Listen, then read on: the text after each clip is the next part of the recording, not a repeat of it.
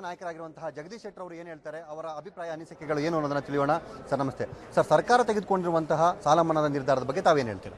ನೋಡಿ, ನಾನು ಹೇಳ್ತೀನಿ, ಕಳೆದ 2-3 ವರ್ಷದಿಂದ ಪ್ರತಿ ವಿಧಾನಸಭೆಯಲ್ಲಿ ಭೀಕರವಾದಂಥ ಬರಗಾಲಿದೆ, ರೈತರು ಸಂಕಷ್ಟದಲ್ಲಿದ್ದಾರೆ, ಅತಿ ಹೆಚ್ಚು ರೈತರು ಆತ್ಮಹತ್ಯೆ ಕರ್ನಾಟಕದಲ್ಲಿ ಮಾಡಿಕೊಂಡಿದ್ದಾರೆ. ಹೀಗಾಗಿ ರೈತರಿಗೆ ನೆಮ್ಮದಿ, ಒಂದು ಆತ್ಮಸ್ಥೈರ್ಯ ಬೇಕಾದರೆ ರೈತರ ಸಾಲ ಮನ್ನಾ ಮಾಡಿ ಅನ್ನುವಂಥದ್ದನ್ನು ಪ್ರತಿ ಹಂತದಲ್ಲಿ ನಾವು ಹೇಳಿದ್ದೇವೆ, ಪ್ರತಿ ಹಂತದಲ್ಲಿ ಹೇಳ್ತಾ ಇದ್ದೇವೆ. ಆದರೆ ಕೊನೆಗೆ ಅಲ್ಲಿವರೆಗೆ ಸ್ಪಂದನೆ ಮಾಡಿರಲಿಲ್ಲ. ಕೊನೆಗೆ ಭಾರತೀಯ ಜನತಾ ಪಾರ್ಟಿ ಏನೋ ಒಂದು ಹೋರಾಟ ಮಾಡ್ತು ಮತ್ತು ನಮ್ಮ ರಾಜ್ಯದ ಯಡಿಯೂರಪ್ಪನವರು ಸಹಿತ ಬೇರೆ ಬೇರೆ ಕಡೆ ಪ್ರವಾಸ ಹೋದಂಥ ಸಂದರ್ಭದಲ್ಲಿ ಇವತ್ತು ಜುಲೈ 10 ಸಾಲ ಮನ್ನಾ ಮಾಡಿದ್ರೆ ಲಕ್ಷಾಂತರ ಜನ ರೈತರನ್ನು ಕರ್ಕೊಂಡ್ಬಂದು ವಿಧಾನಸೌಧಕ್ಕೆ ಮುತ್ತಿಗೆ ಹಾಕುವಂಥ ಕೆಲಸವನ್ನು ಮಾಡ್ತೀವಿ ಅನ್ನುವಂಥ ಎಚ್ಚರಿಕೆಯನ್ನು ಕೊಟ್ಟಿದ್ದರು.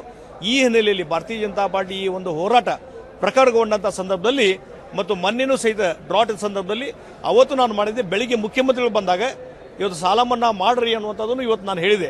ಹೀಗಾಗಿ ನಮ್ಮ ಹೋರಾಟದ್ದೇನಿದೆಯಲ್ಲ ಆ ಹೋರಾಟಕ್ಕೆ ಇವತ್ತು ಜಯ ಸಿಕ್ಕಿದೆ. ಆ ಹಿನ್ನೆಲೆಯಲ್ಲಿ ಇವತ್ತು ಸಿದ್ದರಾಮಯ್ಯನವರು ಈ ಒಂದು ಸಾಲ ಮನ್ನಾ ಘೋಷಣೆ ಮಾಡಿದ್ದಾರೆ ಅಂತ ನಾನು ತಿಳ್ಕೊಂಡಿದ್ದೆ. ಆದರೆ ಮುಖ್ಯಮಂತ್ರಿಗಳು ಹೇಳಿರೋ ಪ್ರಕಾರ ರೈತರ ಹೋರಾಟ, ಬರದ ಪರಿಸ್ಥಿತಿ ಇವುಗಳನ್ನೆಲ್ಲವನ್ನ ಗಮನಕ್ಕೆ ತಂದುಕೊಂಡು ನಾವು ಈ ಸಾಲ ಮನ್ನಾವನ್ನ ಮಾಡಿದ್ದೇವೆ ಅನ್ನುವಂಥ ಮಾತನ್ನು ಹೇಳಿದ್ದಾರೆ. ಅವರು ಮಾಡೋದಾಗಿದ್ರೆ 2 ವರ್ಷದ ಹಿಂದೆ ಮಾಡ್ತಿದ್ರು. ಪದೇ ಪದೇ ನಾವು ಹೇಳುವಂಥದ್ದು ಅವಶ್ಯಕತೆ ಇರಲಿಲ್ಲ, ತಾವು ಹೇಳಿಸ್ಕೊಳ್ಳುವಂಥದ್ದು ಅವಶ್ಯಕತೆ ಇಲ್ಲ. ಈಗ ಚುನಾವಣೆ ಬಂದಿದೆ ಮತ್ತು ಇನ್ನು ರೈತರ ಕಡೆ ಹೋಗ್ಲಿಕ್ಕೆ ಆಗೋದಿಲ್ಲ, ಅನಿವಾರ್ಯತೆ, ಮತ್ತು ಭಾರತೀಯ ಜನತಾ ಪಾರ್ಟಿ ಬಿಡುವುದಿಲ್ಲ, ಹೋರಾಟ ಮುಂದುವರಿಸ್ತಾರೆ.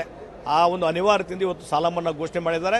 ನಿಜವಾಗಿ ಪ್ರಾಮಾಣಿಕತೆ ಇದ್ದಿದ್ರೆ 2 ವರ್ಷದಿಂದ ಮಾಡಿದರೆ 8,000 ಕೋಟಿ ಈಗಾಗಲೇ ಅವರೇ ತುಂಬಬೇಕಾಗಿತ್ತು. ಈಗ ಇಲ್ಲೇನೋ ಒಂದಿಷ್ಟು ಹಣ ತುಂಬಿದಾಗ ಮಾಡಿ ಮತ್ತೆ ಮುಂದಿನ ಸರ್ಕಾರಕ್ಕೆ ವರ್ಗಾವಣೆ ಮಾಡುವಂಥ ಕೆಲಸ ಅವ್ರು ಮಾಡಿ ಹೋಗ್ತಾ ಇದ್ದಾರೆ. ಹಿಂದೆ ನಾನು ಮುಖ್ಯಮಂತ್ರಿ ಇದ್ದಾಗ 10 ತಿಂಗಳ ಅವತ್ತು 25,000 ಸಾಲ ಮನ್ನಾ ಮಾಡಿದಾಗ ನೀವು ಬರೀ 960 ಕೋಟಿ ಹಣ ತುಂಬಿದ್ರಿ, ಉಳಿದಿದ್ದನ್ನು ನಾ ತುಂಬಿದೆ. ಅದೇ ಪರಿಸ್ಥಿತಿ ಮುಂದಿನ ಸರ್ಕಾರಕ್ಕೂ ಆಗ್ತದೆ, ಅಷ್ಟೇ ಇದು, ಮತ್ತೆ ಬೇರೆ ಏನಿಲ್ಲ. ಆದರೆ ರಾಜ್ಯ ಸರ್ಕಾರ ಹೇಳುವ ಪ್ರಕಾರ ಇದುವರೆಗಿದ್ದಂಥ ಸಮಸ್ಯೆಯಲ್ಲಿ ರಾಜ್ಯದ ಪಾಲನ್ನ ಮನ್ನಾ ಮಾಡುವಂಥ ಕೆಲಸವನ್ನು ನಾವು ಮಾಡಿದ್ದೇವೆ. ರಾಷ್ಟ್ರೀಕೃತ ಬ್ಯಾಂಕ್ಗಳಲ್ಲಿರುವಂಥ ಸಾಲವನ್ನು ಮನ್ನಾ ಮಾಡೋ ಪ್ರಯತ್ನವನ್ನು ವಿರೋಧ ಪಕ್ಷಗಳು ಮಾಡಿಸಬೇಕು, ಅವರ ಸರ್ಕಾರಕ್ಕೆ ಹೇಳಿ ಆ ಕೆಲಸವನ್ನು ಮಾಡಿಸಲಿ ಅನ್ನುವಂಥ ಒತ್ತಾಯವನ್ನು ಕೂಡ ಮಾಡಿದ್ದಾರೆ. ತಾವು ಇದ್ರ ಬಗ್ಗೆ ಹೇಳಿ. ಈ ರಾಷ್ಟ್ರದಲ್ಲಿ ಒಂದು ವಿರೋಧ ಪಕ್ಷ ಇದೆ ಅನ್ನುವಂಥ ಇದೆಯೋ ಅಥವಾ ಸತ್ತಿದೋ ಅಂತ ನಾನು ಕೇಳ್ತೀನಿ. ಕಾಂಗ್ರೆಸ್ ಪಾರ್ಟಿ ಪಾರ್ಲಿಮೆಂಟ್ಲಿ ವಿರೋಧ ಪಕ್ಷ ಇದೆ. ಯಾವಾಗಲಾದರೂ ಅಲ್ಲಿ ಸಾಲ ಮನ್ನಾದ ಬಗ್ಗೆ ಮಾತಾಡಿದ್ದಾರೆ ಇವರು, ಅಲ್ಲಿ ಪಾರ್ಲಿಮೆಂಟ್ಲಿ ಮಾತಾಡಲಿ. ಸಿದ್ದರಾಮಯ್ಯವರು, ಮಲ್ಲಿಕಾರ್ಜುನ ಖರ್ಗೆ ಅವ್ರಿಗೆ ಹೇಳಿ, ಅಲ್ಲಿ ಕಾಂಗ್ರೆಸ್ ನಾಯಕರು ಏನು ಮಾಡ್ತಾರೆ, ಸೋನಿಯಾ ಗಾಂಧಿ ಅವರು ಏನು ಮಾಡ್ತಾರೆ, ರಾಹುಲ್ ಗಾಂಧಿ ಏನು ಮಾಡ್ತಾರೆ, ಇದನ್ನೆಲ್ಲ ಅವರು ಮಾಡಲಿ, ಒತ್ತಡ ತೊಗೊಂಬರಲಿ. ನಾವು ರಾಜ್ಯದ ರೈತರ ಸಂಕಟ ಸಲುವಾಗಿ ಕೇಂದ್ರ ಏನು ಮಾಡಬೇಕು, ಏನು ನೆರವಿಗೆ ಬರಬೇಕು, ಅದನ್ನು ನಮ್ಮ ಕಡೆಯಿಂದ ನಾವು ಪ್ರಯತ್ನ ಮಾಡ್ತೀವಿ. ಇವರು ಪ್ರತಿಪಕ್ಷವಾಗಿ ಒಂದು ಪರಿಣಾಮಕಾರಿ ಕೆಲಸ ಮಾಡಲಿ ಅಂತ ನಾನು ಅಷ್ಟೇ ಹೇಳ್ತೀನಿ. ಇದಿಷ್ಟು ಜಗದೀಶ್ ಶೆಟ್ಟರ್ ಅವರ ಮಾತು. ಅವರೇ ಹೇಳಿದ ಹಾಗೆ ರಾಜ್ಯ ಸರ್ಕಾರ ತಂದಿರುವಂತದ್ದು ರೈತರ ಪರ ನಿಲುವೆ ಆಗಿದ್ರೂ ಕೂಡ ನಮ್ಮ ಹೋರಾಟದ ಫಲವೂ ಇಲ್ಲಿದೆ. ಕೇಂದ್ರದಲ್ಲಿರುವಂತಹ ಪ್ರತಿಪಕ್ಷಗಳು ರಾಷ್ಟ್ರೀಕೃತ ಬ್ಯಾಂಕ್ನಲ್ಲಿರುವಂತಹ ಸಾಲ ಮನ್ನಾ ಮಾಡುವ ವಿಚಾರದಲ್ಲಿ ತಮ್ಮ ಒತ್ತಡವನ್ನು ತರಲಿ, ನಾವು ನಮ್ಮ ಪ್ರಯತ್ನವನ್ನ ಮಾಡ್ತೇವೆ, ಆ ಮುಖಾಂತರ ರೈತರ ಸಮಸ್ಯೆಗಳಿಗೆ ದನಿಯಾಗುವ ಪ್ರಯತ್ನವನ್ನ ಮಾಡ್ತೇವೆ ಅನ್ನುವಂಥ ಮಾತನ್ನು ಹೇಳಿದ್ದಾರೆ.